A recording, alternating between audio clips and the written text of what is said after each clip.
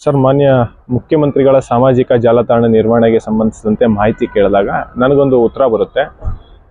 ಇದುವರೆಗೂ 3 ಕೋಟಿಯಷ್ಟು ಹಣವನ್ನು ಪಾವತಿ ಮಾಡಲಾಗಿದೆ. ಅಂದರೆ ತಿಂಗಳಿಗೆ 50 ರಿಂದ 52 ಲಕ್ಷ ರೂಪಾಯಿಯನ್ನು ಪೇಮೆಂಟ್ ಮಾಡ್ತಾ ಇದೆ. ಸಾರ್ವಜನಿಕರ ತೆರಿಗೆ ಹಣವನ್ನು ಹೀಗೆ ಯಾವುದೋ ಒಂದು ಸಂಸ್ಥೆಗೆ ಬೇಕಾಬಿಟ್ಟಿಯಾಗಿ ನೀಡೋದಕ್ಕೆ ನಮ್ಮದು ವಿರೋಧವಿದೆ. ಯಾಕೆಂದರೆ ಒಂದು ಸಾಮಾಜಿಕ ಜಾಲತಾಣ ನಿರ್ವಹಣೆ ಮಾಡೋದಕ್ಕೆ 52 ಲಕ್ಷ ರೂಪಾಯಿ ಅವಶ್ಯಕತೆ ಇಲ್ಲ ತಿಂಗಳಿಗೆ.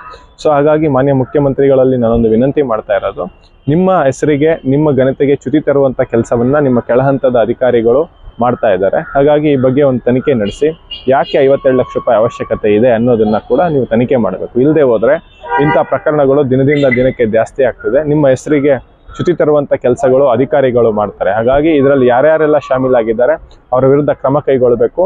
ಮತ್ತು ಈ ಸಾಮಾಜಿಕ ಜಾಲತಾಣ ನಿರ್ವಹಣೆಗೆ ಸಂಬಂಧಿಸಿದಂತೆ ಯಾರು ಔಟ್ಸೋರ್ಸಿಂದ ಒಂದು 4-5 ಜನನ ಬೇರ್ ಮಾಡಿ ಅಥವಾ ಅವರಿಗೆ ಒಂದು ಉದ್ಯೋಗವನ್ನು ನೀಡಿ ಅವರಿಗೆ ಈ ಅವಕಾಶವನ್ನು ಕೊಡಬೇಕು.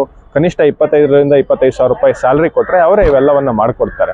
ಹಾಗಾಗಿ ಆ ಮೂಲಕ ಆ ರೀತಿಯಾದಂಥ ಕೆಲಸ ಆದರೆ 50 ಲಕ್ಷ ರೂಪಾಯಿ ಏನು ಖರ್ಚಾಗ್ತಾ ಇದೆ ಅದು ಸಾರ್ವಜನಿಕರ ತೆರಿಗೆ ಹಣ ಉಳಿದಂಗೆ ಆಗುತ್ತೆ ಅಂತ ಹೇಳಕ್ಕೆ ಇಷ್ಟಪಡ್ತೀನಿ.